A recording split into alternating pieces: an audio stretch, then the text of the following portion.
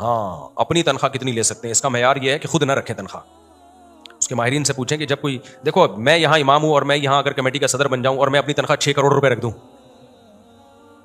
تو یہ تو کوئی بات ہی نہ ہوئی نا. تو یہی ہوگا بھائی، الفلاحیہ مسجد کے امام کو دیکھا جائے گا کہ فلانے مسجد کے امام کی کتنی ہے، فلانے کی کتنی ہے، تو اسی کا ایک لم سم ایک ریشو نکالا جائے گا. تو اسی طرح جو کوئی ادارہ چلا رہا ہے، ٹرسٹ چلا رہا ہے، وہ تنخواہ اسی بیس پہ رکھ سکتا ہے. اموال وقف جو ہے نا، علماء نے لکھا ہے یہ کہ وقف کے اموال میں جو بھی کسی چیز کی مارکیٹ ویلیو ہے اس سے آگے پیچھے آپ نہیں جا سکتے.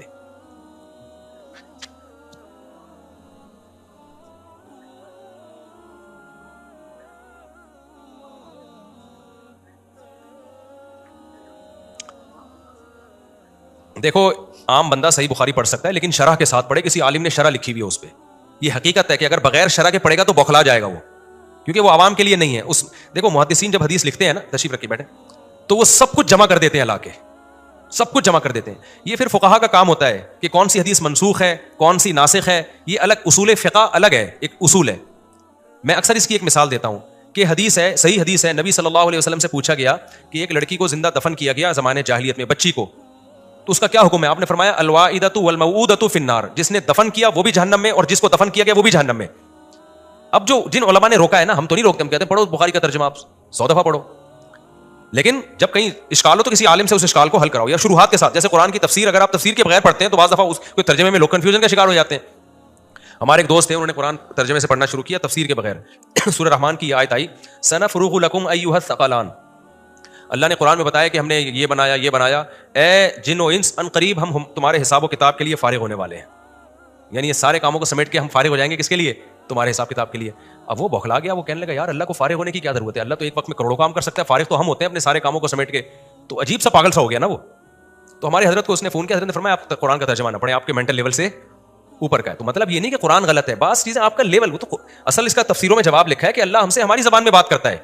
یہ بلاغت کا قاعدہ ہے، اللہ کو فارغ ہونے کی ضرورت نہیں ہے. لیکن جب وہ کوئی کام بڑے اہتمام سے کرتے ہیں تو ہم کہتے ہیں یار میں اس سب کاموں سے فارغ ہو گیا، اس کو فوکس کروں گا میں. تو اللہ تو نہ فارغ ہوا ہے نہ کبھی ہوگا، اللہ نے ہم سے ہمارے لب و لہجے میں ہمیں سمجھایا کہ میں فل فوکس کروں گا اس کو. تو یہ تفسیر کے ساتھ پڑھتا تو وہ اشکال نہ ہوتا. تو نہ قرآن غلط ہے نہ بخاری غلط ہے، مینٹل لیول لوگوں کا نہیں ہوتا اتنا. تبھی تو آپ دیکھو نا بہت سارے اسکالر بخاری ہی پڑھ کے تو بخاری کے نام پہ ہی گمراہ کر رہے ہوتے ہیں.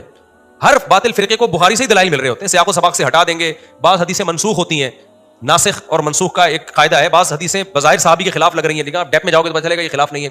اس کی مثال یہی جو میں نے حدیث دی ہے کہ ایک نبی نے فرمایا کہ جس بچی کو دفن کیا گیا وہ بھی جہنم میں اور جو دفن کرنے والی وہ بھی جہنم میں. اب یہ حدیث محدثین نے تو لے آئے، وہ تو جہاں سے بھی کوئی روایت ملے گی وہ جمع کر دیں گے، چاہے پہلے کی ہو بات کی ہو، اس کا سیاق و سباق کیا ہے، ان کو اس سے غرض نہیں ہوتی. وہ کہتے ہیں ہم نے نبی کے زبان سے جو لفظ نکلا ہے اس کو لانا ہے. آگے پھر شروحات میں بحث ہوتی ہے اس کا مطلب کیا ہے.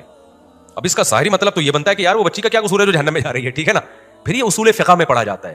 اصول فقہ یہ ہے کہ پہلے دیکھا جائے گا قرآن متواتر ہے، اس کے خلاف حدیث ہے یا نہیں ہے. حدیث تو خبر واحد ہے نا، ایک صحابی نے بیان کیا، چاہے جو بھی ہو، آگے ایک راوی نے، اس سے غلطی کا امکان تو ہو سکتا ہے. تو علماء نے کہا بھائی قرآن میں آ رہا ہے وَإِذَا الْمَوْءُودَةُ سُئِلَتْ بِأَيِّ ذَنبٍ قُتِلَتْ، جس دن زندہ دفن کی ہوئی بچی سے پوچھا جائے گا بتا تجھے کس جرم میں قتل کیا گیا. سورہ تکویر میں اللہ تو بچی کو جو جس باپ نے بے گناہ قتل کیا ہے اس باپ سے انتقام لے رہا ہے. تو وہ اللہ بچی کو بغیر وجہ کے جہنم میں ڈال سکتا ہے؟ وہ بچی کہے گی اللہ میرے باپ نے تو خالی قتل ہی کر دیا تھا اور تیرے نبی تو کہہ رہے ہیں کہ میں بھی جہنم میں، تو میرا کیا قصور ہے؟ تو قرآن سے پتہ چلتا ہے کہ کسی بے گناہ پہ اللہ ظلم نہ ہونے دیتا ہے، نہ ظلم کرتا ہے. تو اس سے پتہ چلتا ہے کہ یہ جو حدیث ہے نا الواعدۃ والموعودہ، موعودہ کہتے ہیں جس کو دفن کیا گیا، یہاں اصل میں ایک لفظ محذوف ہے جو راوی سے رہ گیا ہے. وہ لفظ کیا؟ والموعودۃ لہا، عربی میں صلہ اس کو کہتے ہیں. صلہ، یہ صلہ عام بہت جگہ محذوف ہوتا ہے. جیسے ہم کہتے ہیں ماشاء اللہ، اصل لفظ ماشاء اللہ نہیں، اصل لفظ ما شاء اللہ. ہو ضمیر ہے یہاں، پروناؤن ہے جو حذف ہو گیا، تو یہاں بھی پروناؤن حذف ہے.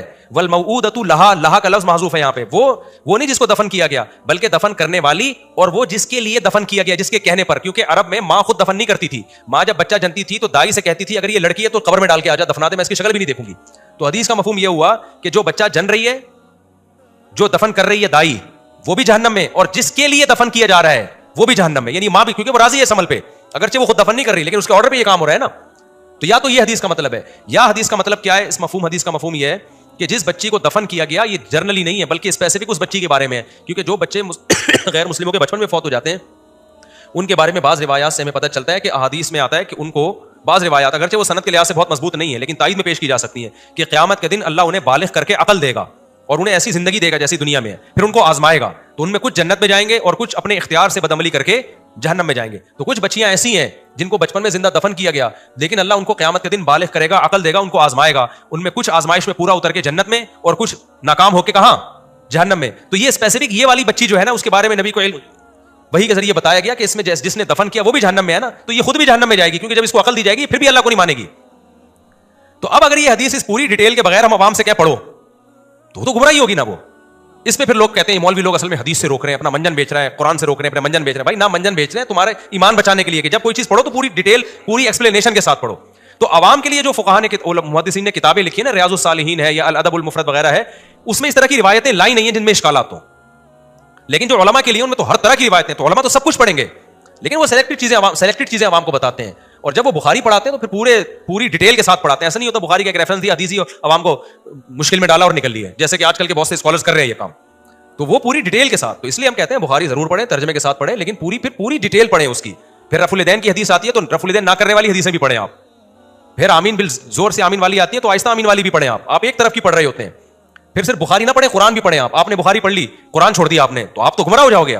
آدھا علم حاصل کر رہے ہیں, جب منع کیا جاتا ہے تو بخاری پڑھ رہا ہے, بھائی گمراہ ہو جائے گا. بھائی بخاری پڑھنے سے گمراہ ہوتے ہیں, اس کا مطلب منجن بیچ رہا ہوں. منجن نہیں بیچ رہے, ہم کہتے ہیں بخاری پڑھو, قرآن بھی پڑھو پہلے نا. میں ایک مثال دیتا ہوں. اکثر ایک صاحب مجھ پہ اعتراض کرتے تھے کہ یہ حنفیوں نے, دیکھو امام ابو حنیفہ کے نزدیک کیا ہے کہ جو لڑکی زنا کرتی ہے نا, کنواری مرد یا کنواری عورت, تو اس کی سزا 100 کوڑے ہے. لیکن بخاری اور مسلم میں حدیث ہے البکرو بالبکری جلد میۃ وتغریب عام. یہ بخاری مسلم کی متفق علیہ صحیح حدیث ہے کہ جو شادی شدہ لڑکی کنواری زنا کرے, نبی نے فرمایا 100 کوڑے بھی مارو اور اس لڑکے اور لڑکی کو جلا وطن بھی کرو, ملک سے باہر نکالو. بات سمجھ میں آ رہی ہے؟ اب جو صرف اتنی حدیث پڑھے گا وہ ابو حنیفہ سے یا علماء سے بدگمان ہوگا. امام حنیفہ دیگر ائمہ کہتے ہیں کہ 100 کوڑے بھی مارے جائیں گے اور اس کو ملک بدر بھی کیا جائے گا, لیکن امام حنیفہ کہتے ہیں صرف 100 کوڑے لگیں گے, ملک بدر نہیں کیا جائے گا. اب جس نے صرف یہ حدیث پڑھی ہوگی وہ حنفی علماء سے بدگمان ہوگا کہ نہیں ہوگا؟ یار بخاری مسلم کی صحیح حدیث ہے 100 کوڑے بھی مارو اور جلا وطن بھی کرو. تو ہم کہتے ہیں آپ نے صرف بخاری کی حدیث پڑھی, آپ نے قرآن نہیں پڑھا.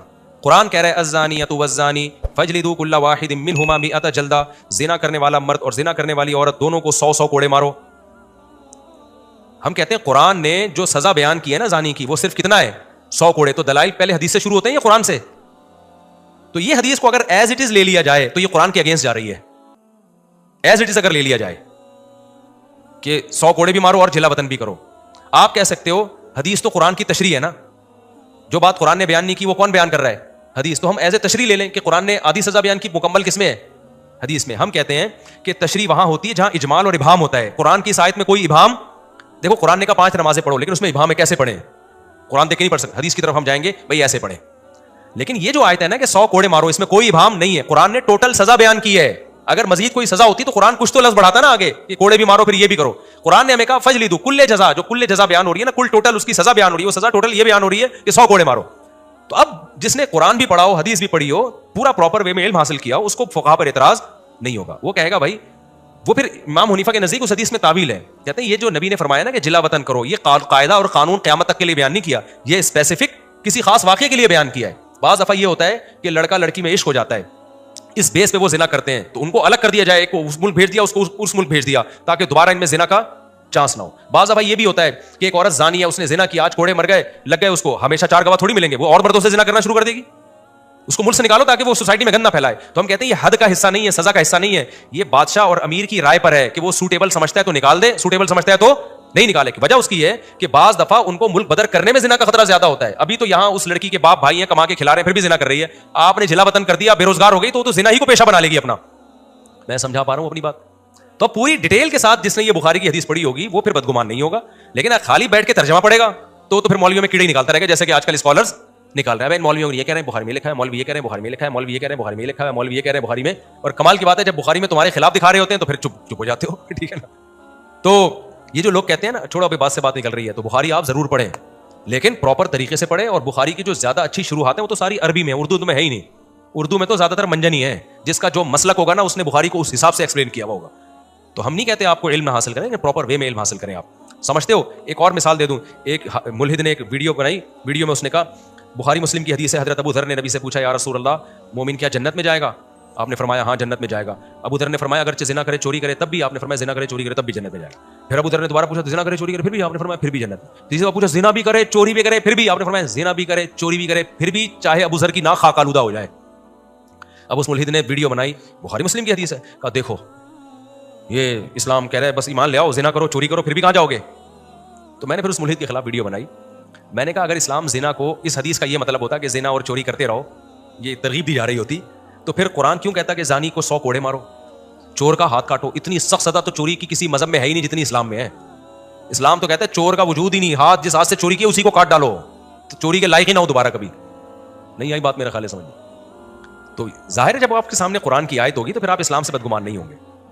پھر ابو ذر کی تاریخ بھی ہونی چاہیے. حضرت ابو ذر نے کیا اس کے بعد معاذ اللہ چوریاں شروع کر دی تھیں؟ ساری زندگی نہیں کی. اس کا مطلب وہ نبی کی بات کا مطلب سمجھتے تھے. تو جس طرح یہ حدیث نظر آ رہی ہے اس کا وہ مفہوم ہے نہیں جو آپ کو نظر آ رہا ہے. اصل میں حضرت ابو ذر تھے بڑے صوفی صحابی, بہت زیادہ گناہوں سے بچتے تھے. ان کا خیال یہ تھا ایمان کے ساتھ اگر کوئی برے اعمال کرتا ہے تو ایمان کسی کام کا نہیں ہے, وہ جائے جہنم میں. جبکہ نبی کا مقصد یہ ہے کہ بھائی جتنا بھی برا ہے لیکن ایمان کی نیکی بھی تو ہے نا, تو بے شک سزا کھائے گا جہنم میں چوری کی, زنا کی, لیکن ایمان کی برکت سے بالآخر جائے گا آخر میں جنت میں ہی, کیونکہ آپ اس کے زنا اور چوری کو تو کاؤنٹ کر رہے ہو, اس کے ایمان کو تو کسی کھاتے میں لا ہی نہیں رہے. تو نبی نے, اب یہ بھی نبی بتا سکتے تھے کہ بھائی جائے گا جنت میں لیکن سزا کھانے کے بعد جائے گا, لیکن نبی نے یہ کیوں نہیں بتایا؟ اس لیے کہ جب کسی کو کوئی چیز نظریاتی طور پر اس کے دماغ میں بٹھائی جاتی ہے نا تو اس میں مبالغہ پیدا کیا جاتا ہے. سمجھ میں آ رہی ہے بات؟ مبالغہ پیدا کیا. اگر نبی یہ بتا دیتے ہاں جائے گا لیکن مار کھانے کے بعد جائے گا, تو بات تو یہی, اصل میں تو یہی مقصد ہے کہ مار کھانے کے بعد جائے گا. لیکن حضرت ابو ذر کے ذہن میں جو ایمان کی جتنی ویلیو بٹھانی تھی نا وہ اس طرح نہیں بیٹھتی. ایمان کی ویلیو جب بھی بیٹھے گی بھائی کچھ بھی کر لے لیکن ایمان کی برکت سے جنت میں بہرحال جائے گا. تو پوری ڈیٹیل جب آپ کے سامنے ہوگی تو پھر آپ فیصلہ کرو گے. اور آسان ایک مثال دے کے بس بیان بالکل ختم کر رہا ہوں میں, سچی مچی کا ختم, تاکہ یہ اور خاندانی, یہ جو آج کل یہ بہت اعتراض کیا جاتا ہے کہ علماء منع کرتے ہیں ترجمہ نہ پڑھو, یہ نہ پڑھو, یوں نہیں کرو, یہ اپنے منجن بیچ رہے ہیں. اپنے منجن کوئی نہیں بیچ رہا ہوتا.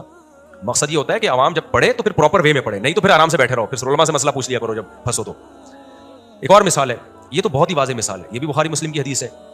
حضرت ابو ہریرہ رضی اللہ تعالیٰ عنہ ایک دفعہ نبی کی تلاش میں نکلے, نبی صلی اللہ علیہ وسلم ان کو ملے, تو حضرت ابو ہریرہ کو نبی نے اپنا جوتا دیا علامت کے طور پہ. فرمایا جو بھی ملے نا میرا یہ نال اس شریف اس کو دکھانا اور کہنا کہ نبی نے فرمایا من قال لا الہ الا اللہ دخل الجنہ, جو بھی مسلمان ملے اس کو خوشخبری دینا کہ جس نے لا الہ الا اللہ کہا وہ جنت میں جائے گا. حضرت ابو ہریرہ بڑی خوشی خوشی پلٹے. سب سے پہلے ملاقات ہوئی حضرت عمر سے. تو حضرت عمر نے پوچھا کیا ہوا؟ فرمایا نبی کے پاس سے آ رہا ہوں اور یہ میرے پاس نبی کے نال ہے جس سے یقینی بات ہے کہ تاکہ پتہ چلے واقعی نبی نے فرمایا. نبی نے فرمایا جو شخص کہہ دے گا لا الہ الا اللہ جنت میں جائے گا, تو میں لوگوں کو خوشخبری دینے جا رہا ہوں. یہ حضرت عمر نے زور سے حضرت ابو ہریرہ کے سینے پہ دھکا لگایا. حضرت ابو ہریرہ کہتے ہیں فخررت علستی, میں کولے کے بل زمین پہ گرا اور رونے لگا. میں اتنا زور سے دھکا دیا مجھے. فرمایا واپس کسی کو یہ حدیث سنانے کی اجازت. اب کیا مطلب؟ معاذ اللہ, کیا حضرت عمر چاہتے تھے کہ نبی کی حدیثیں چھپ جائیں اور معاذ اللہ اپنا منجن بیچ رہے تھے یہ کہہ کے؟ وہ جیسے کہ آج کل لوگ علماء پہ اعتراض کرتے ہیں یہ نبی کی حدیثیں چھپاتے ہیں منجن بیچنے کے لیے, کہتے ہیں یہ نہ پڑھو وہ نہ پڑھو. یہ مقصد نہیں ہے.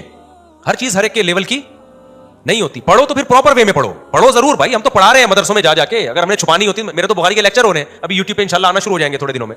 میرے قرآن کی تفسیر کے لیکچر ہو رہے ہیں. اگر ہم نے قرآن چھپانا ہوتا تو ہم قرآن کے درس دے رہے ہوتے لوگوں میں جا کے. تو حضرت ابو ہریرہ کہتے ہیں میں رونے لگا, نبی کے پاس گیا تو میں نے کہا کہ آپ کی یہ حدیث تھی, عمر نے مجھے دھکا دے کے گرایا اور چھپا رہے ہیں, یعنی وہی نہیں بتانے دے رہے. تو نبی نے حضرت عمر سے پوچھا کہ آپ نے ایسے واقعی ایسا کیا؟ فرمایا ہاں یا رسول اللہ. تو آپ نے فرمایا عمر تم نے ایسا کیوں کیا؟ فرمایا اذا یتقل الناس, یا رسول اللہ لوگ یہ حدیث سنیں گے اور کلمے پر اتفاق کر کے بیٹھ جائیں گے. لوگ بولیں گے لا الہ الا اللہ کو جنت میں جائیں گے, لا الہ الا اللہ بس ختم, ٹھیک ہے کہاں جائیں گے اب جنت میں؟ کچھ کرنا ہی نہیں, عمل تو کیا کچھ بھی نہیں کریں گے, نہ جہاد کریں گے نہ برائی سے بچیں گے. تو جس کے دل میں عمر سے نفرت ہوگی, بغض ہوگا, وہ کہے گا عمر نے خیر کی بات پھیلانے سے رکوا دیا. تو بالکل جس کے دل میں مولویوں سے نفرت ہوگی وہ کہے گا یہ مولوی لوگ اپنا منجن بیچ رہے ہیں. لیکن جس کے دل میں عمر سے عقیدت ہوگی وہ کہے گا بھائی حضرت عمر نے نبی کی حدیث سے معاذ اللہ نفرت نہیں تھی, اگر پھر عمر تھوڑی بنتے. عمر کا مقصد یہ تھا کہ اتنی حدیث اگر جائے گی تو لوگ غلط فہمی کا شکار ہوں گے. یہ حدیث جائے تو تمام لوازمات کے ساتھ جائے کہ بھائی ایک نہ ایک دن جنت میں داخل ہوگا, سزا کھانے کے بعد جنت میں داخل ہوگا. ایسے ہی نہیں ایک دم سے نہیں داخل ہوگا, لیکن کب ہوگا یہ تھوڑی اس میں بتایا ہے. سمجھتے ہو کہ نہیں سمجھتے ہو؟ تو اس طرح بہت سارے ہمیں واقعات ملتے ہیں. کسی صحابی نے نبی سے حدیث سنی, ساری زندگی نہیں بتائی, موت کے وقت بتایا لوگوں کو کہ علم چھپانے کا گناہ نہ ملے. موت کے وقت بتایا کہ لوگ اس کا غلط مطلب نہ سمجھے. تو علم چھپانا مقصد نہیں ہوتا, وہ مینٹل لیول. تبھی علماء نے عوام کے لیے ریاض الصالحین لکھی اور اس طرح کی جن میں عملی زندگی سے ہمارا جن کا تعلق ہے, تو جن کے فقہی مسائل سے ان کا تعلق نہیں ہے, کیونکہ فقہی مسائل میں تو بہت ڈیپتھ میں جا کے بہت بحث ہوتی ہے اس میں. تو اس لیے کہا جاتا ہے بھائی ریاض الصالحین میں صحیح حدیث کا مجموعہ ہے. علامہ نووی شافعی تھے, بہت بڑے عالم, انہوں نے لکھی ہے, وہ پڑھیں آپ. ادب المفرد تو امام بخاری کی ہے, اس میں تو بہت ساری ہر طرح کی روایات ملتی ہیں. اس سے زیادہ بہتر ریاض الصالحین ہے, وہ بہترین کتاب ہے, تبلیغ جماعت میں بھی پڑھائی جاتی ہے, عربوں میں, سعودی عرب میں, دنیا میں ہر جگہ. تو وہ رکھنی چاہیے, صحیح حدیث کا مجموعہ ہے, وہ بھی حدیث ہیں, وہ پڑھو. تو بخاری پہ پڑھو گے تو پھر پوری ڈیٹیل کے ساتھ پڑھنی پڑے گی آپ کو, ناسخ منسوخ, اس میں کون سی منسوخ ہے, کون سی قرآن کے اگینسٹ ہے, تو پھر اس کا مفہوم کیا ہے. اسی بہت ساری روایتیں ہیں. بخاری میں ایک حدیث ہے کہ عیسیٰ علیہ السلام قرب قیامت میں آئیں گے, یزع الحربہ, جنگ کو ختم کر دیں گے. حدیث پڑھو گے آپ بولو گے لے بھیا اب تک تو سمجھ رہے تھے جہاد ہوگا ہی کہاں, عیسیٰ کے دور میں ہوگا. اب پتہ چلا قادیانی حدیث پیش کرتے ہیں, مرزا غلام احمد قادیانی پہ فٹ کرتے ہیں, اور پھر کہتے ہیں مولوی حدیث تم سے کیا کرتے ہیں, چھپاتے ہیں. وہ کہتے ہیں نا مرزا غلام احمد قادیانی نے جہاد کے حرام ہونے کا فتویٰ دیا تھا, تو کہتے ہیں عیسیٰ بھی وہی عیسیٰ مسیح موعود ہے, کیونکہ حدیث میں یزع الحربہ, حربہ نیزے کو کہتے ہیں, یہ کنایہ جنگ سے, نیزہ رکھ دیں گے بھائی, اب لڑائی بڑائی کیا ہے, بندوق توپوں کا زمانہ گیا, محبت پیس. تو جو پوری بخاری پڑھی بھی ہوگی, علماء سے پڑھی بھی ہوگی, وہ کہے گا بھائی یہاں غلطی سے کاتب سے نقطہ رہ گیا, اصل میں تھا ویزع الجزیہ, کیونکہ دیگر روایات میں کیا ملتا ہے, جزیے کا لفظ ملتا ہے, یہاں کیا ہے حربہ لکھا ایسے ہی جاتا ہے نا, راوی نے نقطے چھوڑ دیے اس میں, باقی تمام نسخوں میں کیا ہے, جزیہ ہے. اور ایسی بہت ساری غلطیاں بخاری میں ہو جاتی ہیں کتابت کی, کیونکہ پہلے یہ فن کتابت اتنی ترقی تھوڑی ہوئی تھی. اسی سے وہ مسئلہ بھی حل ہو گیا حضرت معاویہ والا, کہ باقی جماعت عمار بن یاسر کو قتل کرے گی, یدعونہ الی النار, جو ان کو جہنم کی آگ کی طرف بلائے گی. ہم کہتے ہیں بخاری کے تمام نسخوں میں یدعونہ الی النار کا لفظ موجود نہیں ہے, تو اس کا بخاری میں ہونا ہی یقینی نہیں ہے. ایک صحابی کا جنتی ہونا قرآن سے یقینی ہے, اور بخاری کی اس روایت سے ان کا جہنمی ہونا لازم آ رہا ہے, تو جبکہ بخاری کے سارے نسخوں میں ہے بھی نہیں وہ روایت, تو کیوں نہ ان نسخوں کو مانا جائے جو قرآن کے مطابق ہیں, اور اس میں فرض کر لیا جائے کسی سے غلطی سے یہ الفاظ آ گئے ہیں. لیکن نہیں جی, اس ایک لفظ کو لے کے بیٹھ کر سیدنا معاویہ, جن کو ہر محدث رضی اللہ عنہ لگا رہا ہے, ایک طرف وہ جہنم کی طرف بلا بھی رہے ہیں, اور دوسرے رضی اللہ عنہ بھی لگا رہے ہو. یار یہ انگریز بولے گا یہ کیا تکلف کر رہے ہو یار تم لوگ بھائی, ایک طرف ان کو آپ جہنمی بھی بلا رہے ہو, جہنم کے دعوت دینے والے, اور نبی کی حدیث سن کے بھی جہنم کی طرف لوگوں کو بلاتے رہے, اتنے بڑے فاسق, اور ایک طرف کہتے ہو فاسق کی حدیثیں مقبول نہیں ہے, لیکن تمام حدیث کی کتابوں میں ان کی حدیثیں بھی ہیں. تو یہ کھلا تضاد نہیں ہے کیا؟ تو اس سے بہتر یہ ہے کہ بھائی یہ یقینی الفاظ ہے ہی نہیں یدعونہ الی النار والے. تو ریفرنسز کا منجن بہت بک رہا ہے آج کل, خالی اتنا کافی نہیں ہوتا, جب تک پراپر وے میں علم نہیں ہوتا آپ کو کسی موضوع پہ تبصرہ کرنے کی اجازت نہیں. محمد سمیر کہتے ہیں انڈیا سے, امام احمد بن حنبل کے نزدیک داڑھی ایک مشت سے کم کرنا مکروہ ہے, جبکہ آپ کہتے ہیں کہ چاروں اماموں کے نزدیک داڑھی ایک مشت سے کم کرنا حرام ہے, رہنمائی فرمائیں. امام احمد بن حنبل کے نزدیک داڑھی ایک مشت سے کم کرنا مکروہ ہے, میرے علم میں کوئی ایسی بات نہیں گزری. اگر کہیں فقہی عبارت میں کریہا لکھا بھی ہو تو اس مکروہ سے اصطلاحی مکروہ مراد نہیں ہے, لغوی مکروہ مراد ہوگا کہ اس کو ناپسند کیا ہے. باقی اصل حکم یہی ہے کہ اعفوا اللحیٰ وقصوا الشوارب. علامہ شامی رحمہ اللہ تعالیٰ جو فقہ حنفی کے مشہور فقی ہیں, انہوں نے اجماع نقل کیا اس پر. اما ما يفعله بعض المغاربة والمخنثة من كما يفعله بعض اما الاخذ ما دون القبضة او حلقه, اما الاخذ ما دون القبضة او حلقها كما يفعله بعض المغاربة والمخنثة من الرجال فلم يبح احد. یہ ان کے الفاظ ہیں, یہ اس سے ملتے جلتے, کہ یہ جو ایک مشت سے کم داڑھی کرتے ہیں یہ بالکل ہی مونڈ دیتے ہیں, جیسے کہ بعض مغربی لوگ اور وہ لوگ جو یعنی انہوں نے تو مخنث کا لفظ استعمال کیا, بہت سخت لفظ, تو فرمایا کہ فلم یبح احد, اسے کسی بھی فقی نے حلال نہیں قرار دیا ہے. تو علامہ شامی تو بہت بڑے محقق تھے, وہ اتنا بڑا دعویٰ کیسے کر سکتے ہیں کہ جی اگر امام احمد بن حنبل نے اس کو جائز قرار دیا ہوتا تو مشہور بات ہوتی ہے, کوئی چھپنے والی بات تو نہیں تھی. اس لیے حدیث میں صاف ہے اعفوا اللحیٰ وقصوا الشوارب, داڑھی بڑھاؤ, رکھنے کا نہیں ہے, بڑھانے کا حکم ہے. تو بڑھانا ہی واجب ہے داڑھی کا, اس کا کٹانا جائز نہیں ہے, اور اس پر پوری امت کا اجماع ہے. اگر کسی نے اختلاف کیا بھی ہے تو ایسے اختلاف جو بالکل اس کی کوئی بیس ہی نہ ہو, کوئی دلیل ہی نہ ہو اس کے پیچھے, اس اختلاف کی کوئی حیثیت ہوتی نہیں ہے. تو کسی معتبر مجتہد نے اختلاف نہیں کیا اس میں. بنت امین پاکستان سے, اگر بیوی یہ قسم اٹھا لے کہ وہ اپنے شوہر کے ساتھ باہر کہیں نہیں جائے گی, اور پھر اگر وہ چلی جائے تو کیا قسم توڑنے کا کفارہ ہوگا؟ قسم کے کفارے کے پیسے بیک وقت دینا ضروری ہے یا پھر وقفے کے ساتھ دیے جا سکتے ہیں؟ یعنی اگر 10 غریبوں کو کھانا کھلانا ہے تو 10 حصوں میں ڈیوائڈ کر کے پیسے دیے جا سکتے ہیں. دیکھیں اگر وہ شوہر کے ساتھ چلی گئی تو قسم کا کفارہ دینا ہوگا, اور قسم توڑنا لازم ہے کیونکہ شوہر کی اطاعت لازم ہے. تو قسم کا کفارہ جو ہے نا اس میں بیک وقت پیسے دینا ضروری نہیں ہے, وقفے سے دیے جا سکتے ہیں. لیکن ایک غریب کو پورے پیسے دیے جائیں 2.25 کلو گندم کے. اگر یعنی 10 دن تک 10 غریبوں کو میں بانٹ دیے نا پیسے تو بھی ٹھیک ہے, لیکن ایک غریب کو 2 دنوں میں بانٹ دیے, 3 دنوں میں بانٹ دیے, پھر ٹھیک نہیں ہے. ایک غریب کو ایٹ اے ٹائم کم سے کم 2.25 کلو گندم یا اس کی قیمت کے پیسے دینے پڑیں گے. بعض علماء کے نزدیک 2.25 ہے, ہمارے نزدیک راج ہے 2.25 کلو گندم. تو 2.25 کلو گندم یا اس کی قیمت ایٹ اے ٹائم ایک غریب کو دینی پڑے گی, اور پھر دوسرے کو بے شک اگلے دن دے دیں, تیسرے کو تیسرے دن دے دیں, یا ایک ہی دن میں 10 غریبوں کو دے دیں تو بھی ٹھیک ہے. بلکہ یہ بھی جائز ہے کہ اسی غریب کو اگلے دن دے دیں 2.25 کلو گندم کے, تو وہ دوسرا غریب ہی سمجھا جائے گا. 10 دنوں تک ایک ہی غریب کو 2.25 کلو گندم ہر دن میں یعنی ہر دن میں تقسیم کر کے دے دیں تو بھی ٹھیک ہے. یعنی ایٹ اے ٹائم اس کو 2.25 کلو گندم ملنا چاہیے. اس طرح سے بھی دیے جا سکتے ہیں. اچھا آگے کہہ رہے ہیں کہ اگر 10 غریبوں کو کھانا کھلانا ہے تو 10 حصوں میں ڈیوائڈ کر کے پیسے دیے جا سکتے ہیں. ہاں پیسے دیے جا سکتے ہیں نا, میں نے بتایا, لیکن 2.25 کلو گندم ایک غریب کو ایک ٹائم پہ دیے جائیں لازمی. اس 2.25 کلو کو 2 حصوں میں ڈیوائڈ نہیں کر سکتے آپ, یا 2 دنوں میں ڈیوائڈ نہیں کر سکتے. اچھا انہی کا سوال یہ ہے کہ کیا ایک ہی غریب کو پیسے دیے جا سکتے ہیں, پھر 10 غریبوں کو دینے ہوں گے؟ ایک ہی غریب کو ایک دن میں نہیں دے سکتے, 10 دنوں میں ڈیوائڈ کر کے دے سکتے ہیں, تو وہ 10 غریب ہی سمجھے جائیں گے, بشرطے کہ ہر دن 2.25 کلو گندم یا اس کی قیمت دی جائے, اس سے کم نہ دیے جائے. تیسرا سوال انہی کا یہ ہے کہ میں ایک طالبہ ہوں, میں قسم کے کفارے کے پیسے ادا نہیں کر سکتی. اگر میری امی میری قسم کے کفارے کے پیسے ادا کر دیں تو کیا میری قسم کا کفارہ ہو جائے گا یا پھر مجھے روزے رکھنے ہوں گے؟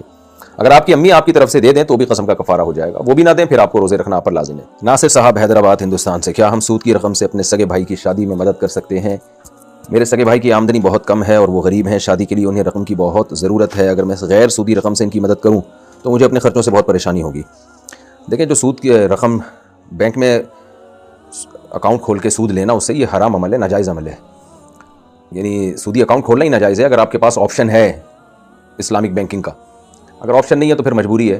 تو ایسی صورت میں شریعت کا حکم یہ ہے کہ سود بینک میں نہ چھوڑیں, بلکہ نکال کے ایک مصیبت اور گند سے جان چھڑانے کی نیت سے صدقہ کر دیں اس کو. وہ شرعی صدقہ نہیں ہوگا جیسے شریعت جس کو شریعت میں صدقہ کہتے ہیں, بلکہ وہ صدقہ یہ ہوگا, وہ صدقہ تو ہوگا ہی نہیں, اس کو مجازن صدقہ کہہ دیا جاتا ہے کہ جان چھڑانے کے لیے کسی کو دے دی, کیونکہ اب ضائع کرنا پیسے کا ٹھیک نہیں ہے, تو وہ کسی بھی مستحق کو دیا جا سکتا ہے. تو اگر آپ کے بھائی کی آمدن کم ہے, آپ سمجھتے ہیں وہ غریب ہیں, تو ان کو بھی دے سکتے ہیں, لیکن نیت رشتہ داری جوڑنا یا صدقہ خیرات یا اللہ کی رضا یا ثواب, یہ سب نیتیں نہیں ہونی چاہیے. ایک ہے کہ بھئی ایک گندا مال ہے, اس سے پھینکنا, یعنی اس سے جان چھڑانی ہے میں نے, آپ کے لیے گندا ہے نا, اس لیے اس کے لیے نہیں ہے. ہاں, آپ کے بھائی کو یہ پتہ نہ ہو کہ یہ سودی رقم سے آپ ان کے ساتھ تعاون کر رہے ہیں. اگر ان کو پتہ ہوگا تو پھر ان کے لیے لینا جائز ہی نہیں ہے. تو آپ ان کو یوں کہہ کے دے دیں کہ یہ کسی نے پیسے دیے تھے, رکھے ہوئے تھے میرے پاس امانت, کچھ ایسے گول مول بات کر کے ان کو پکڑا دیں, اور نیت یہ کریں کہ یہ جان چھوٹے. یوں نہ کہیں کہ میری طرف سے آپ کو گفٹ ہے, آپ کو ہدیہ ہے. حرام کام سے گفٹ, تحفے اور ہدیہ اور صدقہ خیرات یہ سب جائز نہیں ہے. جان چھڑانے کے لیے کہ اب شریعت نے کہا ہے کہ بھائی پیسہ ضائع کرنے سے بہتر ہے کسی کے کام آ جائے, تو ان کو پتہ بھی نہ ہو کہ سود کی رقم سے آپ دے رہے ہیں, تو کسی کے نام سے آپ ان کو وہ رقم پکڑا دیں, یہ جائز ہے آپ کے لیے. مریم صاحبہ لاہور سے پوچھتی ہیں, میں اپنی دوست کے حوالے سے آپ سے سوال کرنا چاہتی ہوں.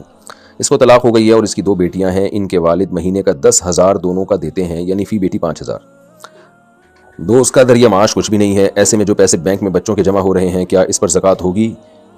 کیونکہ اس میں سے وکیل کی فیس بھی جاتی ہے. بچوں کی جو رقم جمع ہو رہی ہے نا, اگر وہ بچے نابالغ ہیں تو اس پہ زکوٰۃ نہیں ہے. نابالغ بچوں کی رقم پہ زکوٰۃ نہیں ہوتی.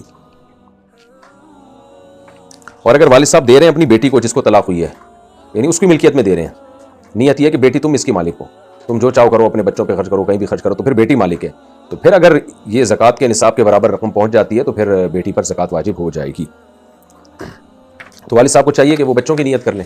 بیٹی کے کہیں کہ بچوں کے لیے تمہیں دے رہا ہوں, یہ بچے اس کے مالک ہیں, رکھو تم, لیکن خرچ انہیں پہ کرنا, پھر زکوٰۃ نہیں ہوگی. محمد اعجاز الرحمان, نیو جرسی USA, میں اپنے والدین کی طرف سے عمرے کرنے کا سوچ رہا ہوں. کیا مجھے دونوں کے لیے الگ الگ عمرے کرنے ہوں گے یا دونوں کی طرف سے ایک عمرہ کر سکتا ہوں؟ اسی طرح اگر دیگر مرحوم رشتہ داروں یا اساتذہ کی طرف سے عمرہ کرنا چاہوں تو کیا طریقہ کار اختیار کرنا ہوگا؟ عمرہ آپ کی طرف سے ہوگا, آپ دل میں نیت کر لیں کہ اس کا ثواب فلاں فلاں کو پہنچے, یا عمرہ کرنے کے بعد دعا کر لیں اللہ میں نے جو عمرہ کیا اس کا ثواب فلاں فلاں کو پہنچے. یہ عمل ٹھیک ہے, اس میں بہت سارے لوگوں کی بھی نیت کی جا سکتی ہے, اس میں کوئی حرج نہیں ہے. یہ جو عمرہ ہے نا, یہ کسی کی طرف سے نہیں ہوتا حج بدل کی طرح. یہ ہوتا ہے کہ فلاں کی, یعنی کر خود رہے ہیں, لیکن نیت یہ ہے کہ ثواب اس کا فلاں کو پہنچے. تو وہ 10 کو 20 کو جتنوں کو چاہے دل میں نیت کر لیں. آواران بلوچستان, بچہ پیدا ہونے کے بعد 7ویں دن میں عقیقہ نہیں کر سکا, پھر کتنے دنوں کے بعد عقیقہ کر سکتے ہیں؟ جب چاہیں کر سکتے ہیں, اس میں کوئی قید نہیں ہے. 14ویں دن کر لیں, 21ویں دن کر لیں, نہیں تو ویسے ہی جب چاہیں کر لیں. کوئی واجبہ حکم نہیں ہے یہ عقیقہ, سنت حکم ہے, واجب نہیں ہے.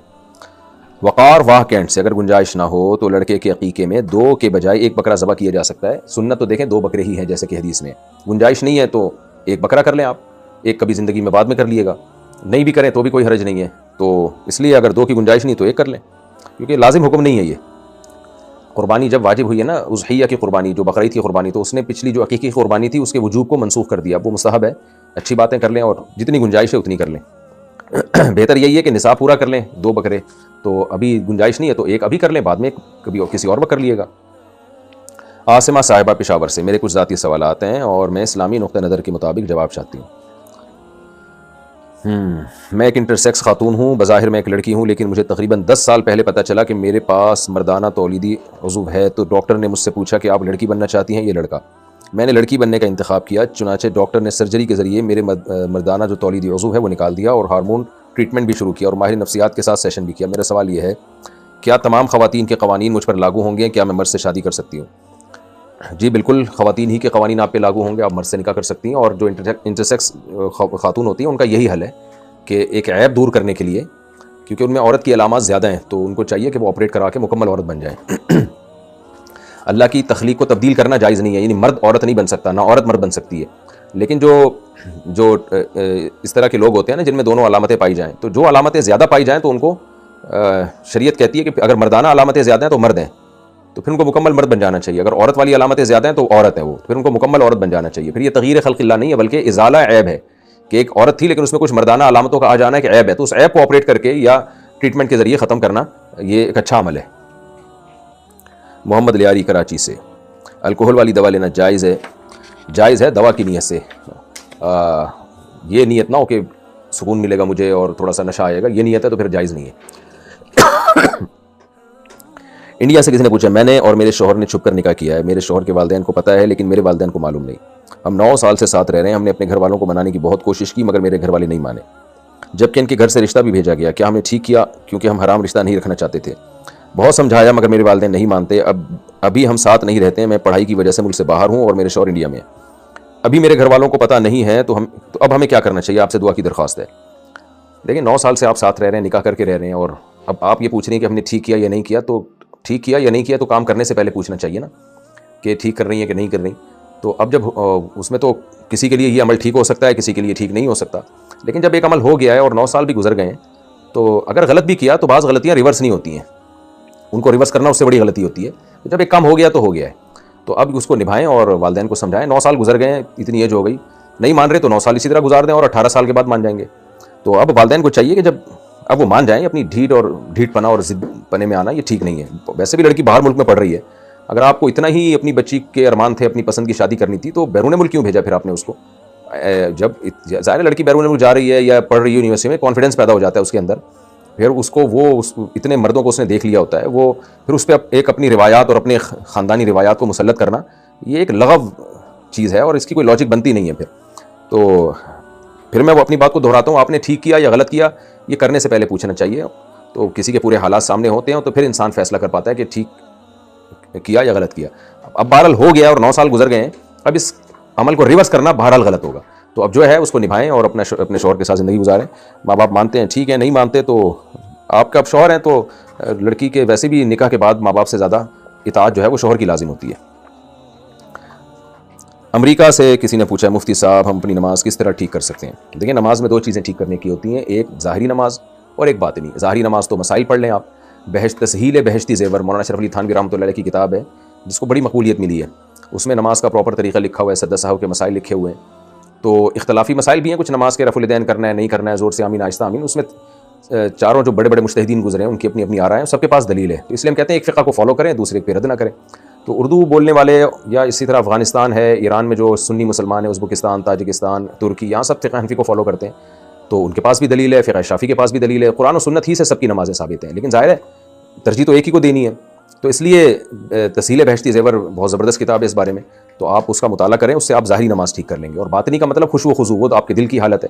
تو اس میں یہ کہ جب آپ قیام کے لیے کھڑے ہوں تو دل میں نیت کریں کہ میں اللہ کے سامنے کھڑا ہوں, اور جو پڑھ رہے ہیں اس کا ترجمہ بھی سیکھیں آپ. سورہ فاتحہ کا آگے جو تلاوت کرتے ہیں آپ, میرے جو تفسیر کے لیکچر ہیں اس میں سورہ فاتحہ اور 30ویں پارے کی بہت ڈیٹیل سے تفسیر اور ترجمہ ہے, وہ پڑھ لیں, وہ سن لیں آپ. میرے جو چینل ہے مفتی طارق مسعود اسپیچز, اس پہ اس سے انشاءاللہ آپ کو نماز میں جب آپ قرآن پڑھیں گے تو ترجمہ سمجھ میں آئے گا انشاءاللہ, دل لگے گا نماز میں. بہت سے لوگوں کا دل اس لیے بھی نہیں لگتا, ان کو پتہ ہی نہیں ہم پڑھ کیا رہے ہیں. تو تسبیحات ہیں, دل اس میں لگائیں گے تو لگے گا. تو یہ 2 پہلو ہیں نماز کے جس سے نماز ٹھیک ہو سکتی ہے. ایبٹ عباس سے کسی نے پوچھا, میرے شوہر نے ماہواری میں مجھے 3 طلاقیں دی ہیں, میں ابھی عدت میں ہوں, تو کیا یہ طلاق ہو گئی؟ ہم اگر رجوع کرنا چاہیں تو عدت کے دوران رجوع کر سکتے ہیں. نہیں جی, طلاق حالت حیض میں بھی ہوتی ہے, اور 3 دے دی تو 3 ہو گئی, اب رجوع نہیں ہو سکتا. انڈیا سے کسی نے پوچھا, ایک عورت کے شوہر کا 9 محرم کو مغرب کی اذان کے وقت تقریباً 7:15 پر انتقال ہوا. اب اس کی عدت کون سی تاریخ, کون سے دن اور کتنے بجے مکمل ہوگی؟ دیکھیں ٹھیک 9 محرم کے بعد 130 دن, یعنی 9 محرم کے بعد سے 130 دن جب کمپلیٹ ہوں گے, کیونکہ چاند کبھی 29 کا ہوتا ہے کبھی 30 کا ہوتا ہے, اس لیے میں اسپیسیفک ڈیٹ نہیں بتا سکتا. ٹھیک 130 دن جب کمپلیٹ ہوں گے, اور 130 دن کے بعد جو ہے نا جب مغرب کی اذان ہوگی 130ویں دن, کیونکہ مغرب کے وقت انتقال ہوا ہے تو مغرب ہی کے اذان کے وقت ٹھیک 130ویں دن ان کی عدت پوری ہو جائے گی. 130 دن جو ہے وہ 4 مہینے 10 دن بنتے ہیں. یہ جب ان کو پریگننسی نہیں تھی, حمل نہیں. اگر حمل ہے تو بچہ ہوتا ہی عدت پوری ہو جائے گی. کوئی اس سے کسی نے پوچھا ہے, مجھے ایک خاتون پسند ہے لیکن وہ عیسائی ہے, اس کے 3 بچے ہیں اور ہم دونوں شادی کرنا چاہتے ہیں. وہ عورت تو اسلام قبول کر لے گی مگر اس کے بچے شاید اسلام قبول نہ کریں, تو کیا مجھے اس عورت سے شادی کرنی چاہیے یا نہیں, کیونکہ وہ عورت اب ماں نہیں بن سکتی ہے؟ دیکھیں کرنی چاہیے نہیں کرنی چاہیے یہ مشورے دینا بڑا مشکل کام ہوتا ہے, یہ تو معاشرتی علوم کے پیچیدہ سوالات ہیں. تو آپ جانیں, آپ, مجھے کیا پتا وہ خاتون کیسی ہیں, اس سے شادی کے سائیڈ ایفیکٹ کیا ہیں اور اس سے بینیفٹس کیا ملیں گے, اس کو کیا فائدہ ہوگا, آپ کو کیا فائدہ ہوگا. تو گھنٹوں کسی کے حالات انسان سنتا ہے تو بھی صحیح فیصلہ کرنا مشکل ہوتا ہے. میں تو شرعی مسئلے بتاتا ہوں, تو شرعی لحاظ سے جائز ہے، بس یہ ہے، جائز بتا سکتا ہوں، صحیح ہے غلط ہے یہ بہت مشکل ہے، یہ آپ اپنے کسی جاننے والے سے پوچھیں، اور اگر کس لحاظ سے صحیح ہے تو وہ سوال پوچھیں کہ اس لحاظ سے یہ ٹھیک ہے یا نہیں، تو وہ خاص اسپیسیفک جس اعتبار سے آپ پوچھنا چاہ رہے ہیں سوال میں اس کی نشاندہی کریں۔ باقی یہ کہ اس کے بچے عیسائی ہیں تو بچوں سے آپ کے کیا لینا دینا، آپ کی تو شادی بیوی سے ہو رہی ہے، ماں نے اسلام قبول کر رہی ہے۔ ہاں یہ ضرور ہے کہ نبی صلی اللہ علیہ وسلم نے ترغیب دی ہے ایسی عورت سے نکاح کرو جو تمہیں کثرت سے اولاد دے، صرف اولاد بھی نہیں بلکہ کثرت سے اولاد دے، تو نکاح میں بنیادی مقصد اولاد ہونا چاہیے، تو ترغیب تو اسی کی ہے۔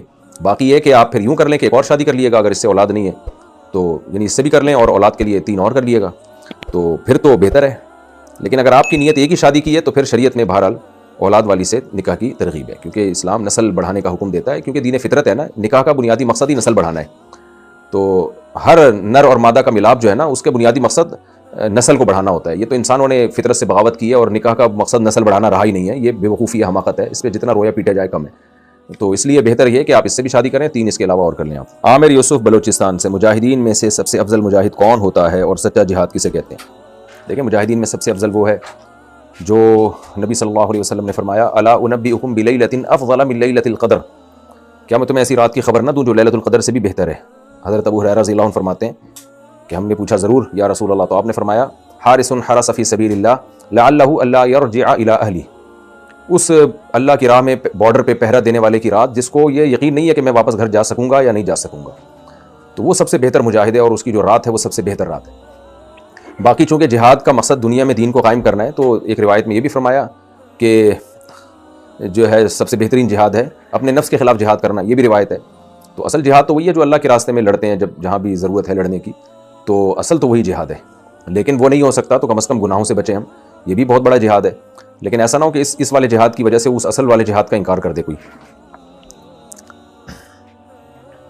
انڈیا سے کسی نے پوچھا، میں یہ پوچھنا چاہتا ہوں کہ 786 کا کیا مطلب ہوتا ہے؟ دیکھیں ابجد حوض یہ جو ہے نا، یہ حروف تہجی جو ہے نا یہ گنتی کی شکل میں بھی لکھے جاتے ہیں، ان شارٹ فارم میں، تو عدد کی صورت میں بھی لکھے جاتے ہیں، تو 786 ایک عدد ہے جس کا مطلب بنتا ہے بسم اللہ الرحمن الرحیم، تو یہ اس کا یہ مفہوم ہے، تو اس لیے 786 لکھا جاتا ہے، لیکن یہ سنت کے خلاف ہے۔ نبی صلی اللہ علیہ وسلم نے جو رسم الخط استعمال کیا نا بسم اللہ لکھنے کے لیے، بسم اللہ اسی میں لکھنی چاہیے، تو 786 کے بجائے پورا بسم اللہ الرحمن الرحیم لکھنا چاہیے۔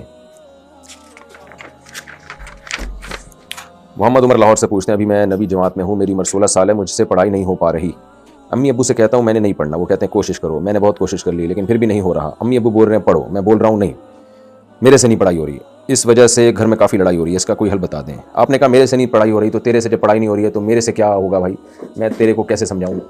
تو جب تیرے سے پڑھائی نہیں ہو رہی تو آپ کے ابا سے کیوں مجھے لڑوا رہے ہو؟ میں آپ کو بولوں نہیں پڑھو، آپ کے ابا بولیں تو میرے مفتی صاحب تمہارے بچوں کے باپ ہو یا میں باپ ہوں، تو اس لیے میں تو وہی بولوں گا جو آپ کے اما ابا بول رہے ہیں، بھائی پڑھنے کی کوشش کر لو، کیوں نہیں ہو رہی کسی ڈاکٹر کو دکھائیں، بہرحال کوشش کر لیں تو انشاءاللہ دل لگے گا۔ بعض دفعہ پڑھائی کا جو ٹیچر ہے نا وہ اس طرح دلچسپ انداز سے پڑھائی نہیں رہے ہوتے جس کی وجہ سے طلبہ کو اکتاہٹ ہونے لگتی ہے، تو والدین کو چاہیے دیکھیں کہ ٹیچر پڑھا کس طرح سے رہے ہیں، اتنا پیچیدہ طریقہ ہوتا ہے کہ طلبہ بور ہونا شروع ہو جاتے ہیں، وہ سمجھتے ہیں کہ یار ہم تو یہ ہمارے بس کا نہیں ہے، تو ٹیچر کا بہت بڑا دخل ہوتا ہے اس میں۔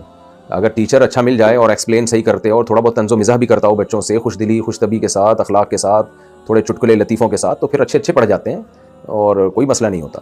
تو والدین کو میں آپ کو یہ مشورہ دوں گا کہ بچے کا اگر پڑھائی میں دل نہیں لگ رہا تو اس میں شاید اس بات کا دخل ہو کہ جو ہے وہ ٹیچر صحیح نہ ہو، اور یہ کامن یہی مسئلہ ہوتا ہے، بچے کی مینٹل لیول سے اوپر کی باتیں شروع کر دیتے ہیں، یہ بیسک بچے کی مضبوط ہوتی نہیں ہے اور اوپر کی باتیں شروع ہو جاتی ہیں، بچہ جھنجھلانے لگتا ہے کہ یار کیا مصیبت میں ڈال دیا مجھے۔